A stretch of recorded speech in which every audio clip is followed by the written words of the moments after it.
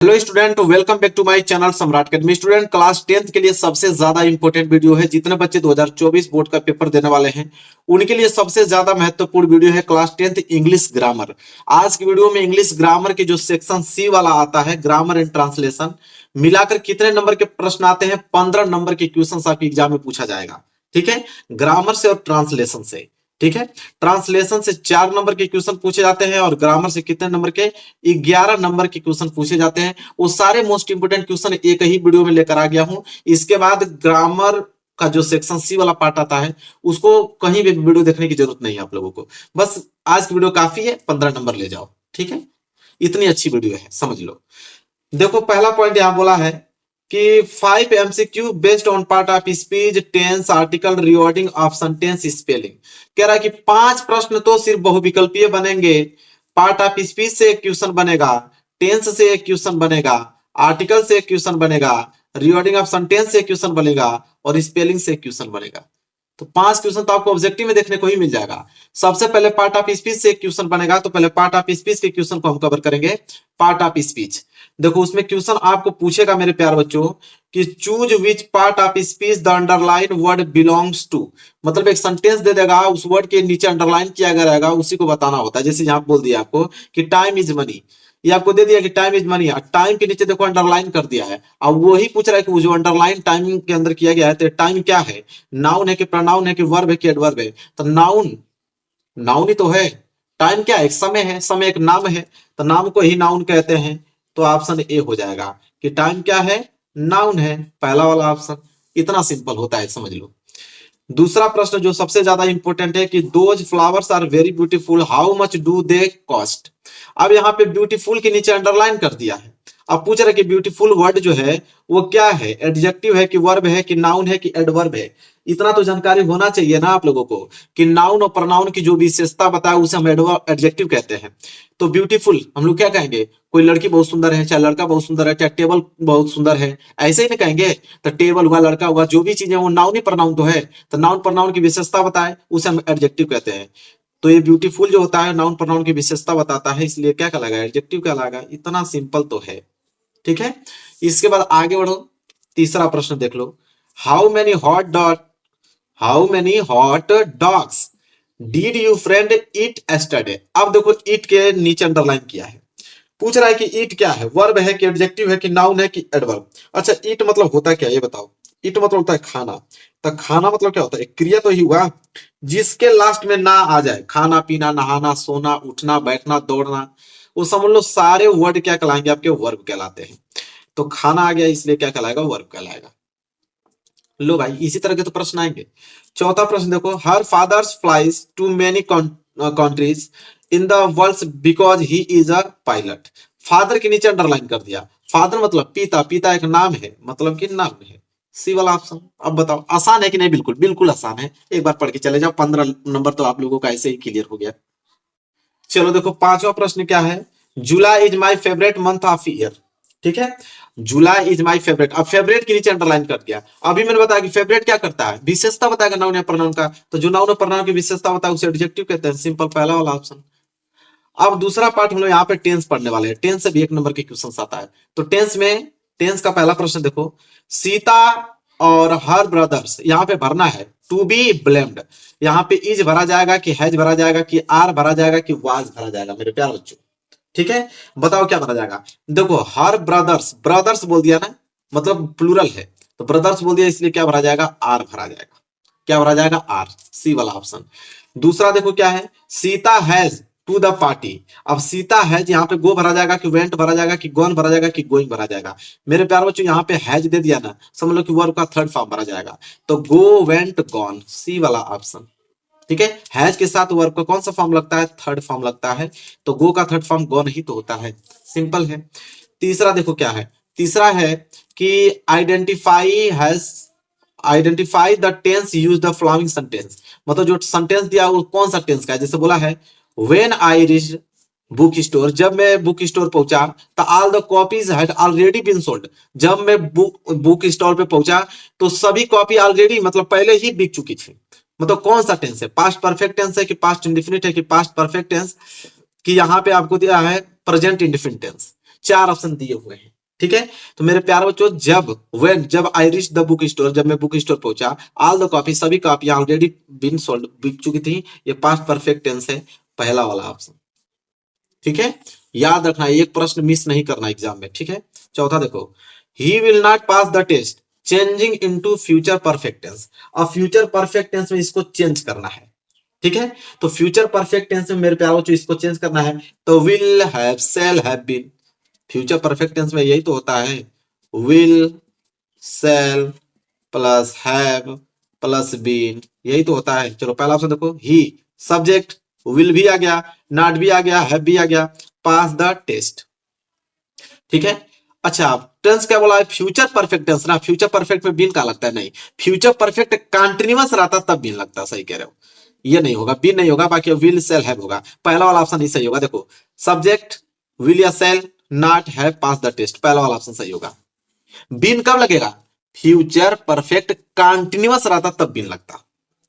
Clear है, चलो आगे बढ़ते हैं। अगला प्रश्न देखो, प्रश्न नंबर 5वां। प्रश्न नंबर 5वां क्या है, आई सा अ ग्रेट फिल्म, मैंने देखा एक महान मूवी। कह रहा है कि change into past perfect continuous tense. Past perfect continuous tense में मेरे प्यारे बच्चों इसको चेंज करना है।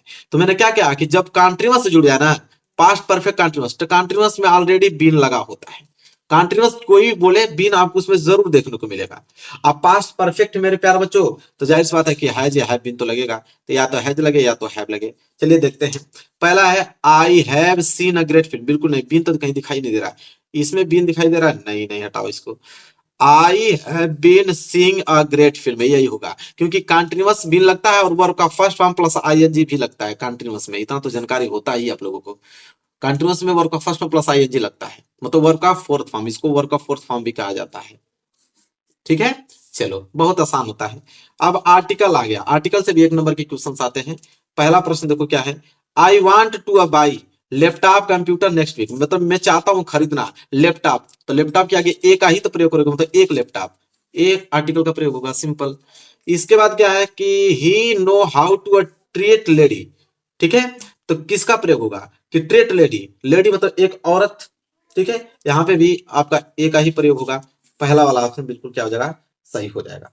इसके बाद देखो यहाँ भरना है करा कि food that you cooked was very good. मेरे प्यारे बच्चों इतना तो याद कर लो कि अगर फूड आ गया तो फूड के पहले जो आर्टिकल लगता है वो हमेशा द का प्रयोग होता है, द फूड, बस दिमाग में ध्यान में बैठा लो।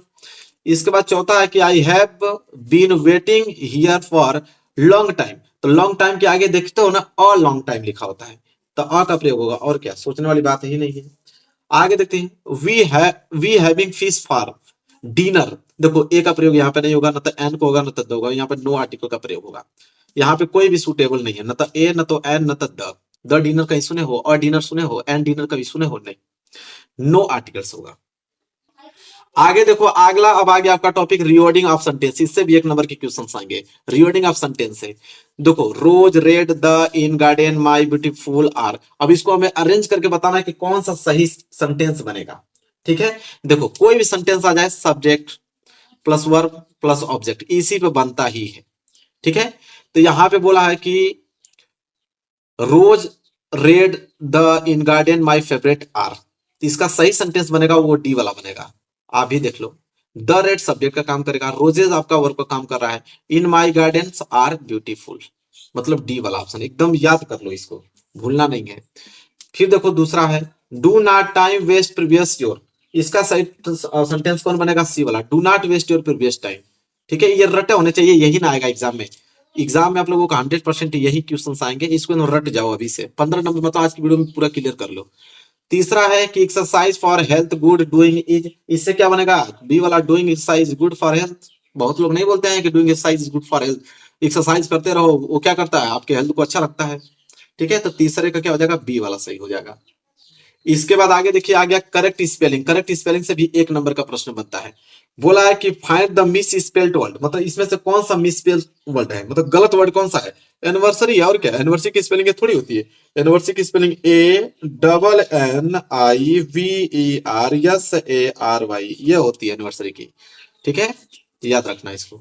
इसके बाद दूसरा है कि which word in the correct spelled, मतलब कि इसमें से कौन बिल्कुल करेक्ट वर्ड है, डिवीजन करेक्ट है, और क्या, बाकी सब गलत है। डिवीजन करेक्ट है, डिवीजन की स्पेलिंग यही ना होती है, DIVISION, डिवीजन। इसके बाद देखो बोला है तीसरा कि find the correctly spelled word. इसमें भी करेक्ट बताना है कि कौन सा करेक्ट है। ठीक है, तो इसमें से मेरे प्यारे बच्चों करेक्ट कौन है? सर्वेंट। कौन? ये सर्वेंट की स्पेलिंग थोड़ी होती है, ये भी नहीं होती है। सर्वेंट की स्पेलिंग रियल ये होती है, सच कहो तो SERVANT, सर्वेंट की स्पेलिंग ये होती है, ये थोड़ी होती है, नहीं, ये तीनों नहीं होता है। सर्वेंट की स्पेलिंग यही होता है। आगे अगर हम बात करें तो नरेशन आ गया।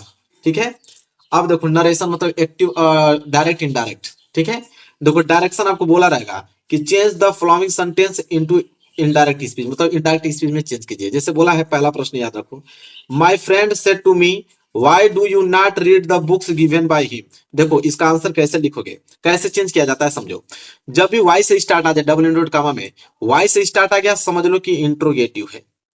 क्या है? इंट्रोगेटिव। और जब भी इंट्रोगेटिव सेंटेंस आए तो क्या करते हैं, माय फ्रेंड को माय फ्रेंड उतार देते हैं। इंट्रोगेटिव मतलब होता है प्रश्न पूछने का काम करता है, तो हमेशा आस्क्ड लगाते हैं इंट्रोगेटिव में। तो देखो माय फ्रेंड, यहां से टू को हटाएंगे।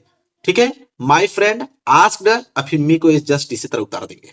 और जब इंट्रोगेटिव सेंटेंस रहे मेरे प्यारे बच्चों, तो कामा को हटा देते हैं, यहाँ पे डबल इंटो कामा को भी हटा देते हैं, कुछ नहीं, जो वाई होता है ना, वाई को उतार देते हैं। ठीक है, अब क्या होता है, ये डू थोड़ी उतरता है, नहीं। अब यू किन पहुंचेंगे, सब्जेक्ट, यू है सेकेंड पर्सन का प्रोनाउन, ऑब्जेक्ट के अनुसार चेंज होगा, किसके? मी। तो मी का सब्जेक्टिव केस क्या होता है? आई, तो आई लगाओगे। ठीक है, अब या डू में किस में चेंज होगा? डिड में। तो डिड नॉट, देखो डिड नॉट। फिर read the book, read the book, given by him full stop. अब जाके बिल्कुल सही हो गया। इसी तरह दूसरा देखो, my friend said to me can you spare some books for me. अब यहाँ कैन वाला आ गया, अब समझो, can you spare some books for me, क्या करेंगे हम? कैन भी प्रश्न पूछने का काम करता है। तो माई फ्रेंड सेड टू को काटेंगे, आस्क लगाएंगे, मी को उतार देंगे। लेकिन जब भी कैन आ जाए, ठीक है, ये मॉडल सेंटेंस होते हैं, तो कैन जब भी आ जाए तो वहां पे इफ का प्रयोग करते हैं, जब इन्वर्टर का मारता है तो। फिर कैन को यहाँ पे हटा देते हैं। यू सेकेंड पर्सन का प्रोनाउन है, मी से चेंज होगा, मी का सब्जेक्टिव के वैसा आई होता है, और कैन किस में चेंज होता है? कुड में। तो आई कुड, फिर स्पेयर सम बुक्स फॉर, फिर यहाँ देखो मी आ गया। तो मी आपका फर्स्ट पर्सन का प्रोनाउन है, किससे चेंज होगा? My friend. अब माय फ्रेंड का प्रोनाउंसिएशन देखें तो क्या हो जाएगा? हिम। माय फ्रेंड का ही होता है, ही का क्या होता है? हिम होता है। बस हो गया।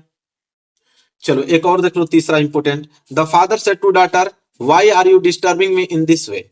फिर देखो वाई से स्टार्ट हो गया, डबल इंट्रोगेटिव है। अब क्या करेंगे? द फादर, तो द फादर, मैंने कहा ना कि आस्क लगाएंगे, सेड टू को हटाएंगे, डॉटर को डॉटर उतार देंगे।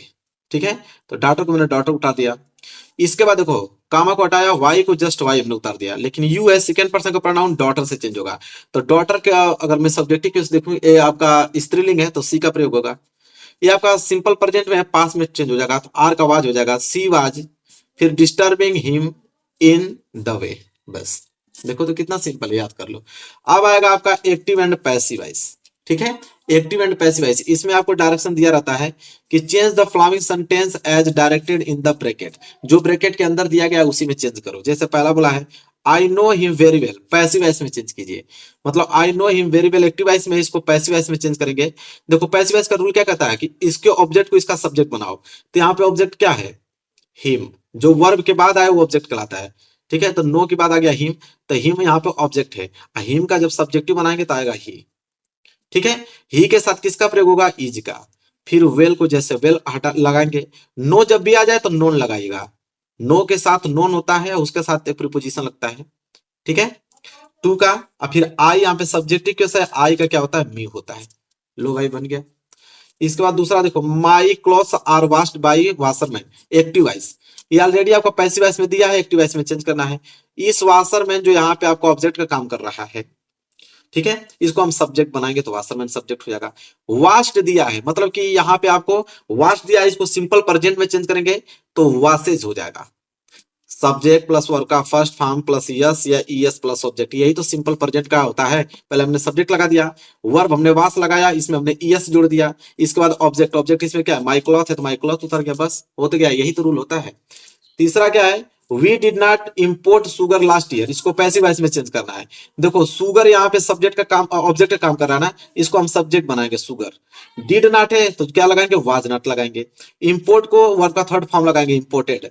फिर इसके बाद बाई लगाते हैं। वी का क्या होगा? अस। लास्ट ईयर आपका रिमेनिंग वर्ड है तो लास्ट ईयर को लास्ट में लिख देंगे, ये भी बन गया आपका। चलो अब आएगा पेंचुएशन। पेंचुएशन मतलब होता है चिन्हों का प्रयोग। आपको डायरेक्शन दिया रहेगा कि punctuate the following using capital letter का प्रयोग करना है wherever necessary. Capital letter बहुत जरूरी है। जैसे एक सेंटेंस आपको दे देगा कि I said to Shyam you will not fail if you work hard. अब इसे हमें पेंचुएट करना है, चिन्हों का प्रयोग। चिन्हों का क्या मतलब होता है कि पहला वर्ड जो है, पहला अक्षर, पहला लेटर हमेशा कैपिटल होना चाहिए। तो देखो इसको इस्तेमाल किया था तो हमने पहले कैपिटल किया। सेड टू जब भी आ जाए तो समझ लो कि सेड टू आ जाए मतलब कि इनडायरेक्ट डायरेक्ट का आ गया। ठीक है, जैसे देखो my father said to daughter, फिर कामा लगाया, डब्ल्यू टू कामा। ठीक है, तो उसी तरह ये आपका आई को हमने कैपिटल किया, आई सेड टू लगाया, फिर श्याम लगाया, इसके बाद कामा लगाया, डबल इंटू कामा में यू को लिखा है, यू का भी पहला अक्षर हमने कैपिटल रखा। फिर you will not fail if you work hard, फिर फुल स्टॉप लगाया, डबल इंटू कामा से क्लोज कर दिया, बन गया भाई। आगे देखेंगे तो देखो दूसरा प्रश्न है, I said to my father will you give me 200 rupees as I wish to buy a new dress. ये भी आपका डायरेक्ट स्पीच का ही दे दिया। तो आई को हम पहले कैप्चर करेंगे, सेड टू माई फादर लिखेंगे, सेड टू माई फादर, कामा लगाएंगे, फिर डब्ल्यू कामा के अंदर विल लिखेंगे, लेकिन विल का पहला अक्षर आपका कैपिटल होना चाहिए। Will you give me 200 rupees as, यहाँ पे स्मॉल आई को हम कैपिटल आई करेंगे, आई के साथ wish to buy a new class, फिर यहाँ पे क्या लगाएंगे फुल स्टॉप। लेकिन यहाँ पे फुल स्टॉप में लगाया कि फुल स्टॉप लगेगा नहीं, यहाँ पे क्वेश्चन मार्क लगेगा क्योंकि विल से स्टार्ट है। क्वेश्चन मार्क लगाने के बाद तब डबल इंटू कामा से इसको क्लोज करेंगे हम लोग, क्योंकि डबल इंट्रोगेटिव सेंटेंस हो गया ना, तो इंट्रोगेटिव में पहले क्वेश्चन मार्क लगता है भाई। चलो अब आएगा आपका last point, translate into the English, 4 number के लिए। दो मैं आपको बताना हूं जो कि सबसे ज्यादा इंपॉर्टेंट है, यही एग्जाम में आपको आने वाला है। कि एक दिन मैं अपने मित्रों के साथ एक बाग में घूमने गया। ठीक है, मतलब one day I went for a walk in garden with my friend. बसंत का मौसम था और फूल खिले हुए थे, मतलब it was spring season and flowers were in bloom. हम लोगों ने बहुत सी रंग बिरंगी तितलियां देखी। We saw many colourful butterflies there. वहां हम लोगों ने एक ऐसी चिड़िया देखी जो बहुत सुंदर थी। There we saw sparrow which was very beautiful. लो भाई बन गया 4 नंबर, लो।